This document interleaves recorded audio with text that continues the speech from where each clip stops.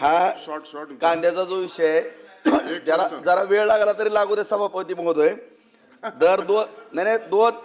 दर दोन वर्षातून हा गोंधळ होतो साहेब.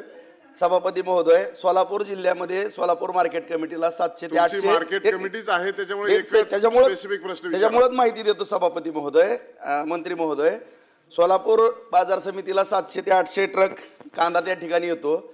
माझी खाजगी बाजार समिती आहे, सीझनला 250 ते 300 ट्रक त्या ठिकाणी कांदा येतो. आणि धाराशिव जिल्हा, बीड जिल्हा, मराठवाडा, टोटल सोलापूर आणि बार्शी या ठिकाणी कांदा येतो.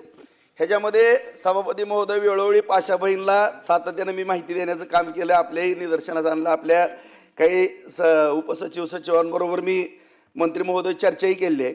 ह्याच्यामध्ये अडचणी अशा आहेत मंत्री महोदय, आपण एक बैठक घ्या. त्या बैठकीमध्ये मला जेवढं ह्याच्यामधली माहिती आहे ती मी आपल्याला देतो. कारण सौद्यामध्ये मी 5-5 तास त्या ठिकाणी बाजार समितीमध्ये थांबलेलो आहे. आणि निर्यातीच्या बाबतीमध्ये सातत्यानं आता बच्चू बहिणी जी बोललेले आहेत, वास्तव आहे की आपण जी निर्यातीला सातत्यानं अचानक बंदी आणतो, त्याच्यामुळं इतर देश आपल्यावरती जे अवलंबून होते त्यांनी पर्याय शोधलेले आहेत. पाकिस्तानमधून किंवा इतर ठिकाणी कांदा निर्माण करण्याचे किंवा कांदा सभापती डेव्हलप करू नका, अर्धा तास डेव्हलप झाला. फक्त मला 2-3 मिनिटं द्या, मी सगळं सविस्तर सांगतो. नंतर स्पेशल चर्चा ना कांद्यावर, आता नाही. तर या ठिकाणी मुद्दे 2-3 माझे प्रश्न आहेत सभापती महोदय. निर्यातीच्या बाबतीमध्ये जे अचानक बंद केली जाते, जर भाव अति वाढले ठीक आहे, निर्यात बंद करावं लागते मान्य आहे, परंतु टप्प्याटप्प्यानं 10% अशी बंद करावी. अचानक बंद करू नये. अचानक बंद केल्यामुळं जो कांदा घेणारा वर्ग आपला तोही निराश होतो आणि पर्याय शोधतो. नंबर 1. दुसरा मुद्दा, जे मध्यंतरी शेतकरी बांधवांचं नुकसान झालेलं आहे त्याच्या बाबतीमध्ये आदरणीय मुख्यमंत्री साहेबांना मीही भेटलेलो आहे, निवेदन दिलेलं आहे. त्याकरता 5 रुपयाचं तरी कमीत कमी अनुदान त्या ठिकाणी ज्या कालखंडामध्ये नुकसान झालेलं आहे शेतकऱ्याचं त्या बाबतीमध्ये द्यावं. तिसरा मुद्दा आहे की कांदा चाळीच्या बाबतीमध्ये सभापती महोदय, कांदा चाळी येतात तुमच्याही नगर भागामध्ये, तिकडं कांदा नगरला आमच्या याच्यामध्ये, परंतु टेम्परेचरनं कांदा जो आपला रब्बीचा कांदा येतो तो एप्रिल-मे मध्ये टिकतच नाही. काय जर 42 पर्यंत टेम्परेचर असतं. सांगतो तर सभापती महोदय, त्याच्यावरती आपल्याला खर्च किती जरी आला, 800-700 कोटी जरी मंत्री महोदय म्हणले, किती जरी खर्च आला तरी त्याला आपल्याला पावडर बनविण्याचे प्रक्रिया उद्योग त्या ठिकाणी केल्याशिवाय कुठलाही पर्याय असणार नाही असं माझं मत आहे.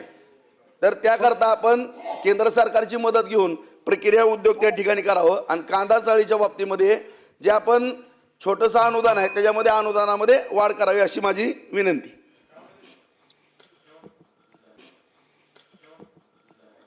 सभापती महोदय, आपले युवा सदस्य राजाभाऊंनी अत्यंत महत्त्वाचे प्रश्न मांडले. राजाभाऊ, पुढच्या काळामध्ये या सगळ्या कांद्याच्या विषय संदर्भात बैठक लावण्यात येईल आणि आपल्याला बोलून आपल्याकडचे जो अनुभव आहे, आपल्याकडची माहिती आहे ती माहिती घेण्यात येईल.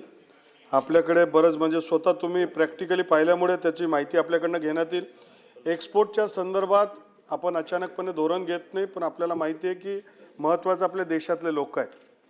जर देशामधल्या लोकांना 70 आणि 80 रुपये किलोमध्ये कांदा मिळेल अशी कधीतरी 10-20 वर्षामध्ये परिस्थिती होती, त्यावेळेस असे निर्णय घ्यावे लागतात. आणि म्हणून अचानकपणे कुठलाही एक्सपोर्टचं धोरण घेणार नाही. एक्सपोर्टला प्रोत्साहित करण्याचं रोड टेप आपण त्याला 4% वाढवण्यासंदर्भात मुख्यमंत्री महोदयांनी मांडलेलं आहे. जी.व्ही. रामजी या योजनेच्या माध्यमातून कांदा चाळ हे आपण अनुदान देत असतो आणि त्याच्यामध्ये वाढ करण्यासंदर्भात सुद्धा सन्मान्य मंत्री महोदयांची आपण चर्चा करू. प्रक्रिया संदर्भात मी बोललोय, पुढच्या काळामध्ये लाखो टन ही प्रक्रियेवर आपण काम करणार. प्रश्न क्रमांक 2, 9626